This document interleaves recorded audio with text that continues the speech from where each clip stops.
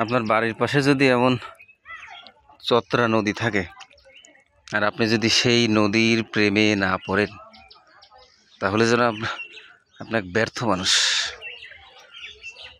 এই যে গলা সমান পানিতে,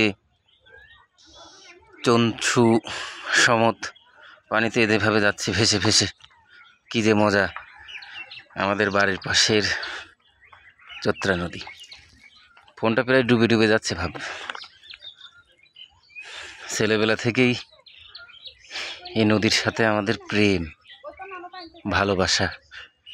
নদীর সাথে যুদ্ধ হয়েছে, সংঘাত হয়েছে, তবু আমরা এই নদীকে ভুলিনি। এই নদী আমাদের ভালোবাসা। এ যাচ্ছি তো যাচ্ছি ভেসে ভেসে, কোথায় কোন দূরে লক্ষ্য, ওই যে ব্রিজটা ঘাস কেটে নিয়ে যাচ্ছে।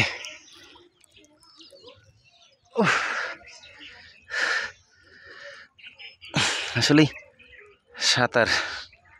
সাঁতার এমন একটা জিনিস যেখানে আপনার সর্বশরীর দিয়ে আপনাকে সাঁতরাতে হবে। হাত পা মগজ সব কিছু ব্যবহার করেই আপনাকে এইভাবে যেতে হবে। এই আমাদের সেই চত্রা নদী, যার কারণে সাঁতার দিলে প্রচণ্ড পরিমাণের আপনার কষ্ট হয়। এক ধরনের সঠিক ব্যায়াম, এক্সারসাইজ কিন্তু হয়। এই তো আমি প্রায় চলে এসেছি আমার কাঙ্ক্ষিত লক্ষ্যে।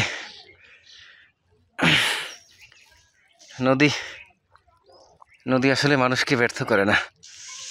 নদী মানুষকে অনেক কিছু দেয়, পানি দেয়, মাছ দেয়, অনেক কিছু করবার সুযোগ দেয়।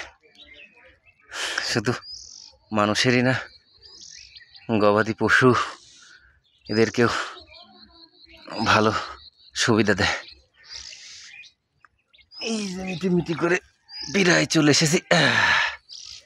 যে আমার পায়ের তলে এখন কিন্তু মাটি, পায়ের তলে মাটি পেয়েছি। এর চেয়ে আনন্দের আর কিছু হতে পারে না। এখন যে হেঁটেই যেতে পারছি, এখন হেঁটেই যাচ্ছি ভালোবাসার চত্রা নদী। এই যে আমাদের নদী। আসলে বাড়ির পাশে যার নদী নাই, তার মনে কোনো প্রেম নাই, তার মনে ছন্দ নাই, কবিতা নাই, রোমান্টিকতা নাই, কোনো কিচ্ছু নাই। হে নদী, তোমারে ভালোবাসিতাম যদি, এ ধরনের ছন্দ তাদের মনে নেই, শুধু আমাদেরই মনে আছে।